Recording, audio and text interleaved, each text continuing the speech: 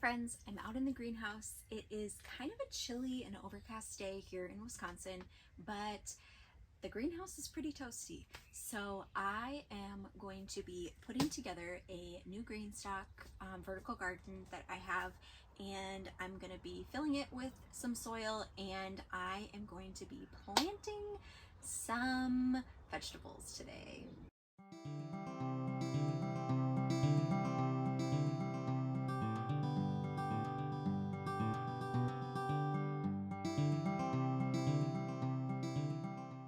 Hi, I'm Jess from the blog siloandsage.com, and I'm here to help you cultivate your home with all things homestead, homeschool, and handmade. And today I'm going to be putting together my new Greenstalk, and I'm going to be planting some bush beans. Now, it's a little bit early for planting a lot of things outside here in southern Wisconsin, but it is perfect to be planting some things in the greenhouse. Now, if you didn't watch, I have a video all about this greenhouse and how I like it. I have two of them. Spoiler alert, I do like it. But if you want to know more about the greenhouse, go ahead and watch that video and I'll link it above. But what I love about having this greenhouse space is that I'm going to be able to start planting some things out here that I normally would have to start inside. So what I'm going to do today is I'm going to plant some bush beans. Now, there is a specific reason that I'm planting them in my Greenstalk this year. I had a really good success rate with bush beans outside. Like, they were producing tons of beans, and then something came along and started eating them, and I was so disappointed because I was getting a really good harvest, and they were just producing so much, and then something came along and started eating all of my beans. So this year I decided what I'm going to do is I am going to be planting them here in the greenhouse into the Greenstalk so that I can just move them out into the garden later in the summer. I could leave them here if I wanted to, or I could just move them outside of the greenhouse if I don't want to move them all the way to the garden. I haven't actually decided. It might depend on whether or not my chickens started eating them if they were just in the Greenstalk outside of the greenhouse, but we'll see. But either way, I'm going to plant them in here so that I can move them around, and I grabbed a couple of greens and some nasturtiums to plant in here as well. So let's get started putting this Greenstalk together and filling it up.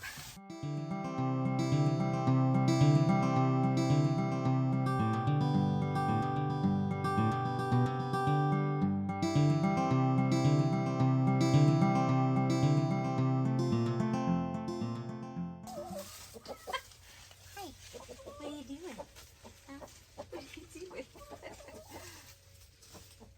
Okay, so if you are new to Greenstalk, this vertical garden system is so unique, and I have 4 of them, so I really love how this system works. And you can use it inside, you can use it outside, you can use it in a greenhouse, in your garden, on a patio or a deck. You can use it anywhere.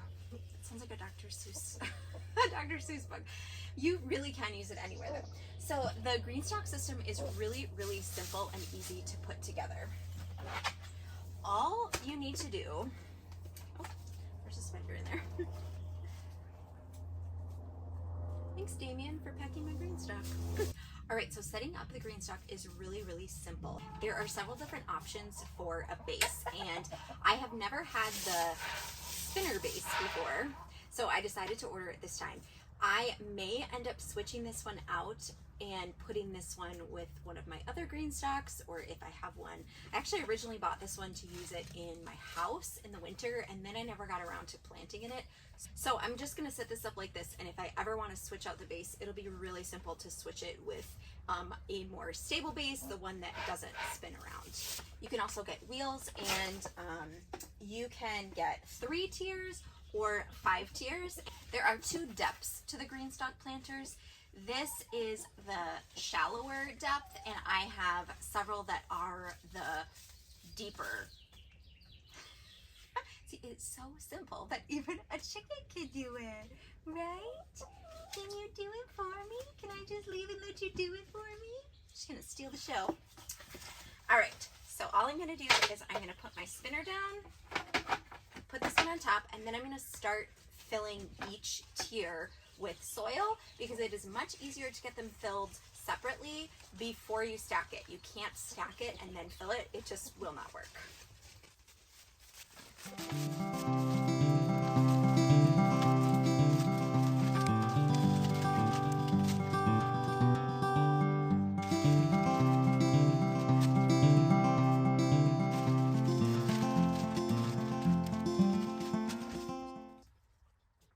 When you fill up the dirt, you want to make sure that you fill it all the way to the top, but that you leave this little hole in the center, that you leave it open, because that's going to help you when you're stacking them all together. You are going to be putting these gray circles are for watering. You're going to have to put that on top. So you might have to kind of like dig out a little well here to place that on top. And then you get the dirt all in there. And your chicken might eat things out of your dirt. You're good at digging.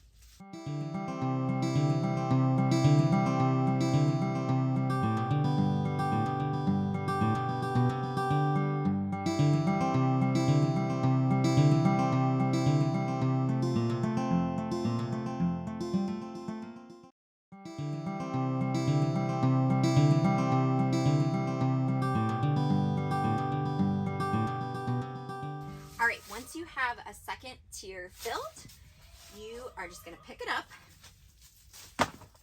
and you're gonna line up the feet so that they sit like that. So you'll kind of feel it hey, don't peck me, don't peck me, don't do that. She thought I was food. All right, so now that I have this second layer, the second tier on, I'm gonna put this on here, and I'm gonna keep going.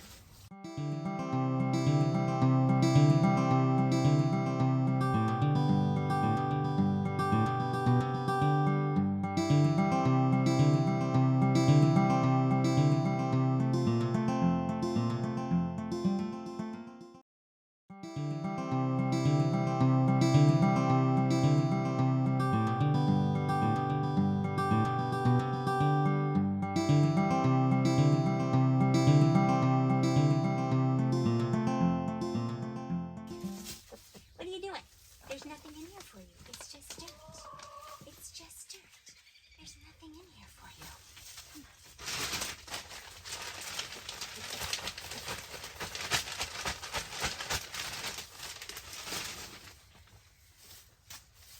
Yeah, I don't think my Greenstalk is going to be safe from my chickens if I don't have it behind a fence.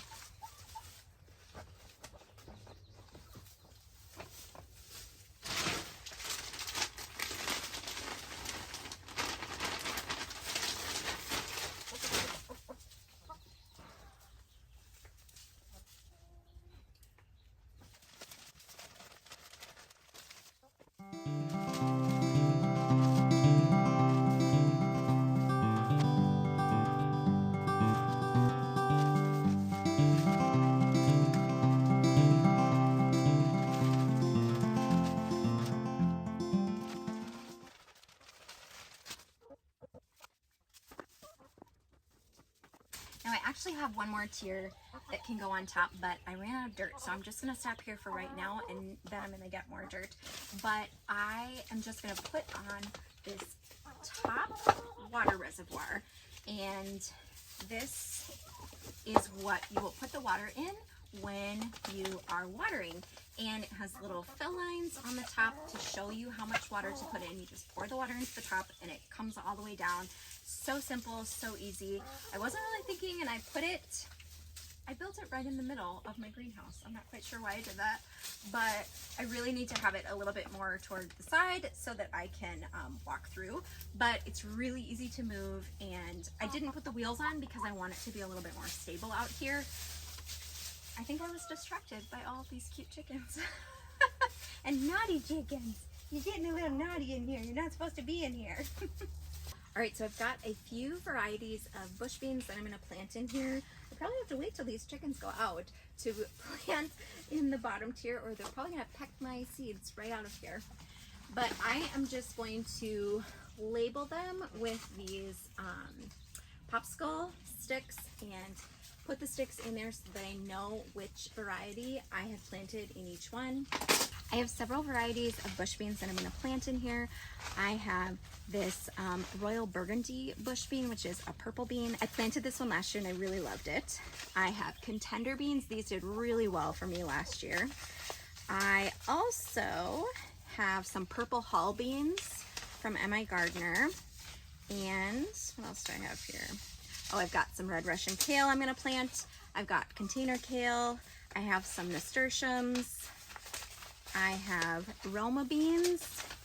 And I think I have some container chard here too.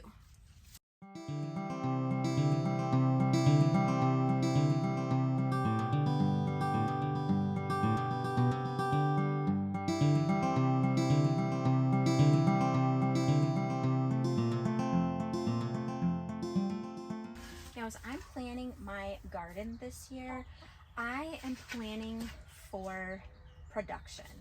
I want to grow as much food as I can to kind of offset the I want to grow as much food as I can to offset the rising food costs and to just have more food security and sustainable food sources for my family. Now, I think with the current situations and everything that's happening with everything happening in the world, it's smart to be planting food, but only food that your family will actually eat. My family does not eat a ton of green beans on their own, but they will eat them really well in like a stir fry or with other veggies. If I like roast beans along with other veggies. So we do eat a lot of beans, and I'm looking forward to hopefully growing enough this year to actually preserve them. And I don't know if I will end up canning any or not, but I do plan to freeze them if we end up getting enough. And what's so great about these Greenstalk gardens is that you can really use them anywhere. You can use them in a small space, and there is an amazing amount of things that you can grow in this one tower. You could have, if you just had 2, 3, maybe 4 towers, depending on the size of your family, you could grow enough food for your entire family. And you definitely would be able to offset the food costs. Now, this is not sponsored by Greenstalk. I am an affiliate with them, and I do have a code if you're interested in getting your own that gets you $10 extra off. But I would buy them no matter what, because I have found them to be so helpful for me in growing in, I don't have like acres and acres of land.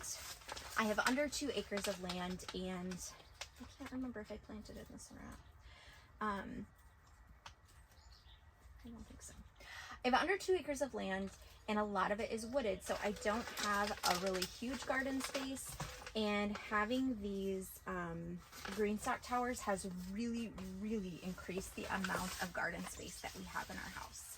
So I'd love to know, leave a comment and tell me the sort of things that you are growing, and if you are able to get started in your garden yet, or if you, like me, are not quite ready to get out in the garden, but you are starting things inside or in a greenhouse.